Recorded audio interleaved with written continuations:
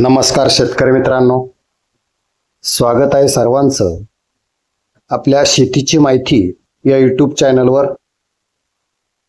तर पहा मित्रांनो, डाळिंब शेतीमध्ये जर बंपर उत्पादन काढायचं असेल, फळांची साईज उत्तम हवी असेल आणि सगळ्यात महत्त्वाचा विषय असतो तो म्हणजे फळांची क्वालिटी चांगली काढायची असेल तर तुमचा जो रेस्ट पिरियड आहे म्हणजे विश्रांतीचा जो काळ आहे, या काळामध्ये डाळिंबाचं नियोजन खूप महत्त्वाचं आहे आणि ते नियोजन कशा पद्धतीने केलं पाहिजे या संदर्भातली माहिती मित्रांनो आपण या व्हिडिओच्या माध्यमातून पाहणार आहे। त्याच्यामध्ये मग खत नियोजन असेल, छाटणीचं नियोजन असेल, तणनाशकचं नियोजन असेल, हे सर्व माहिती आपण या व्हिडिओच्या माध्यमातून पाहणार आहोत।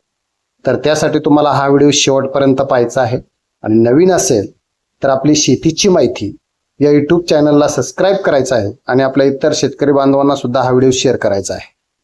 तर मित्रांनो, जर तुम्हाला डाळिंब बागेमध्ये बंपर उत्पादन घ्यायचं असेल तर पहिला महत्त्वाचा मुद्दा आहे तो म्हणजे शेणखत व्यवस्थापन।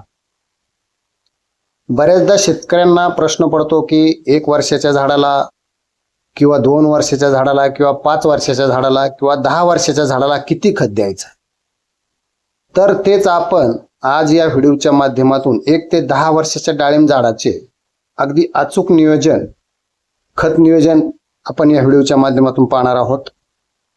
तर मित्रांनो, पहिली गोष्ट, खत देण्याआधी 2 गोष्टी लक्षात ठेवायच्या आहे। एक म्हणजे खत कधीही खोडाला चिटकून द्यायचं नाही आणि दुसरी गोष्ट, झाडाला खत देताना चांगल्या प्रकारची काळजी घ्यायची आहे। मग तिथे कशा प्रकारचा आपल्याला खड्डा करायचा आणि खड्डा किती बाय कितीचा करायचा आणि त्याच्यात खत किती घालायचं याचं योग्य नियोजन आपण पाहणार आहोत। तर मित्रांनो, आता पहिल्या प्रथम आपण शेणखत घालताना झाडाला खड्डा कशा पद्धतीने बनवायचा ते बघूया। तर काय करायचं मित्रांनो, या पुढे तुम्हाला व्हिडिओमध्ये खड्डा कसा प्रकारचा घेतलेला आहे हे सुद्धा पाहायला मिळणार आहे। तर झाडाला खत घालत असताना किंवा झाडाला खड्डा करत असताना खूप मोठा आणि खोल खड्डा सुद्धा करायचा नाही मित्रांनो। साधारणपणे झाडाच्या दोन्ही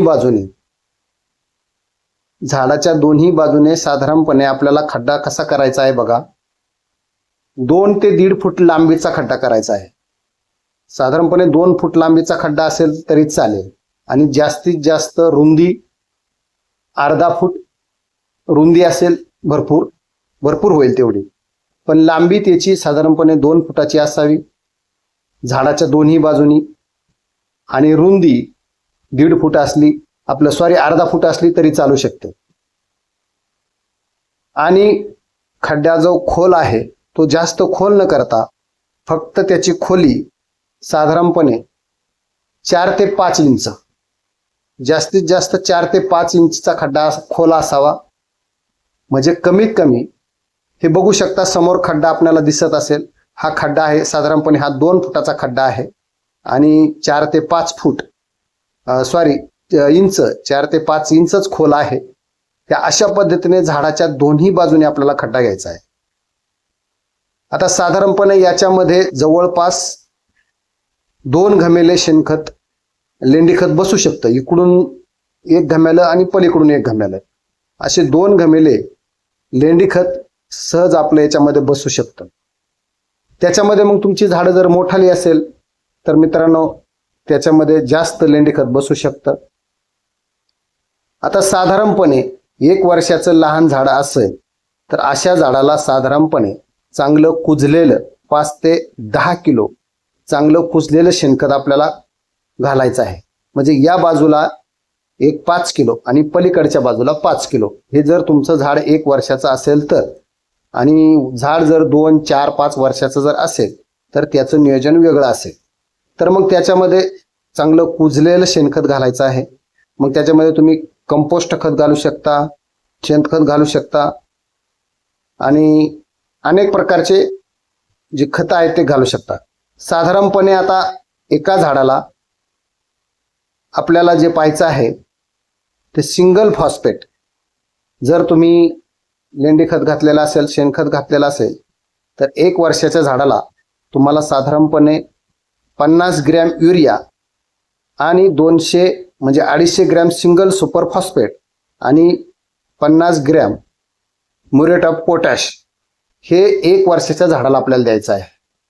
ते दोन्ही खड्ड्यामध्ये, दोन्ही बाजूच्या खड्ड्यामध्ये साधारणपणे 5 ते 10 किलो शेणखत आणि त्याच्याबरोबर हे अचूक नियोजन आपल्याला हे खताचं द्यायचं आहे. हे झालं मित्रांनो 1 ते 2 वर्षाच्या झाडाचा खत नियोजन. आता आपण पाहणार आहोत 2 ते 3 वर्षाच्या झाडाचं वयाचं खताचं नियोजन.